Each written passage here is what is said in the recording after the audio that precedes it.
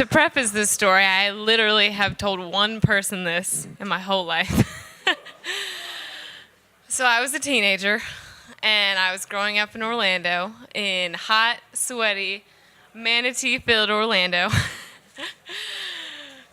And I was I wanted to be a cool teenager. I had all these, I'd met these cool hipster friends, and they listened to the Rolling Stones and to the Strokes, and I really wanted to be cool like them. So one night, one of the best memories of growing up in Orlando is that, like, a lot of your travel is on the highways, because there are a lot of highways in Orlando. And so I just remember this one night, I was just with these cool friends, and we were blasting these music, and I was this teenager, and I felt so cool. It was like the first time that I was with these guys and these girls, and I was like, all right, I finally made it. I'm cool. Like these. And the other thing about Orlando that I didn't say at first was that there are a lot of lakes. There's a lot of water there, obviously, being by the Gulf and by the ocean. And so we're driving down I-4, which is a big highway, and so one of our friends, Nick, he was in a band. They were actually, a bunch of them were in a band together, and he was like, well, I can't think of the name right now, but he was like, we should go to this lake. And, if you knew anything about Orlando, you knew that this lake was the lake that all the cool people went to. It was huge. It was like, there were so many lakes in Orlando, but this was the one lake that was massive. People would take their boats out. And the one interesting thing about this lake was that there was a little tiny island in it. And nobody lived on it. It was just tiny, maybe 100 yards long. And so he was like, we should go there. So we were like, yeah. And I was like, of course. Like, I'll do anything to, be friends with these people. So we go to this lake. It's off of I-4. It's right next to this, like, orange juice stand. I remember it specifically. So we go to this lake, and he's like, well, we got to figure out a way to get to the island. And I'm like, okay, I thought this was, like, planned out before. It wasn't.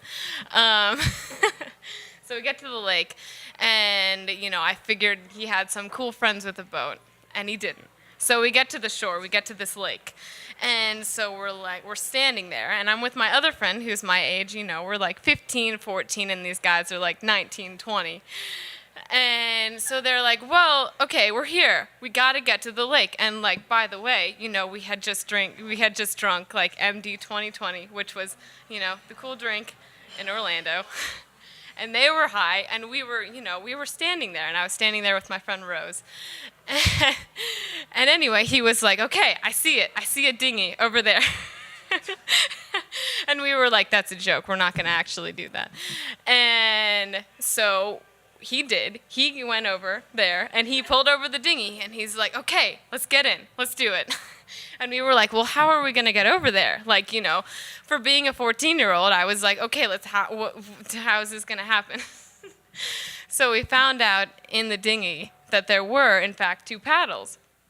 And so we get in, and we're like, okay, I'm like a teenager. I'm like, I got to be cool. I got to figure this out, got to make it to the island with these guys. So we pull the dinghy out into the water, and we get the paddles, and I don't remember who paddled, but we got in, and it was like, I literally think it was a dinghy, and I think that there were like 9 or 10 of us in this dinghy. And this is like, a metal dinghy. So we start paddling, and we go out toward the island, and everything's fine. And then so we get halfway.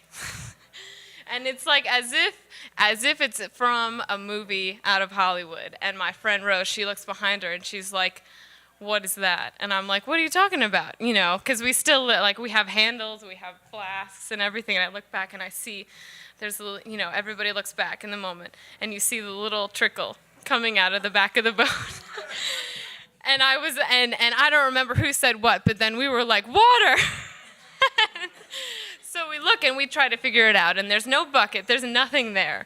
So I remember the guys started to take the clothes off their back, and they started to try to get the water out, and then it was 5 minutes, not even 5 minutes, and then as soon as you know it, the boat capsized, and we were in the water. And, like, try to imagine this, a lake in Orlando, Florida, with a bunch of people, a bunch of wannabe rock star boys and teenage girls floundering in the water, trying to figure out what to do. So we lost the dinghy, and we are standing here, and I'm sitting, treading water with my friend Rose, and I'm like, what are we gonna do? Because,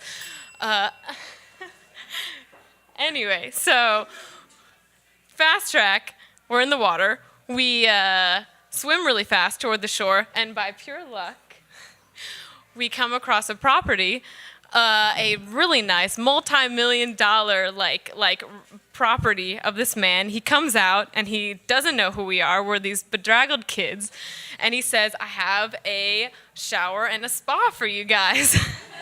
Anyway, fast track. So we take a shower. It feels great. It's awesome. And this is a story I've never told anybody else.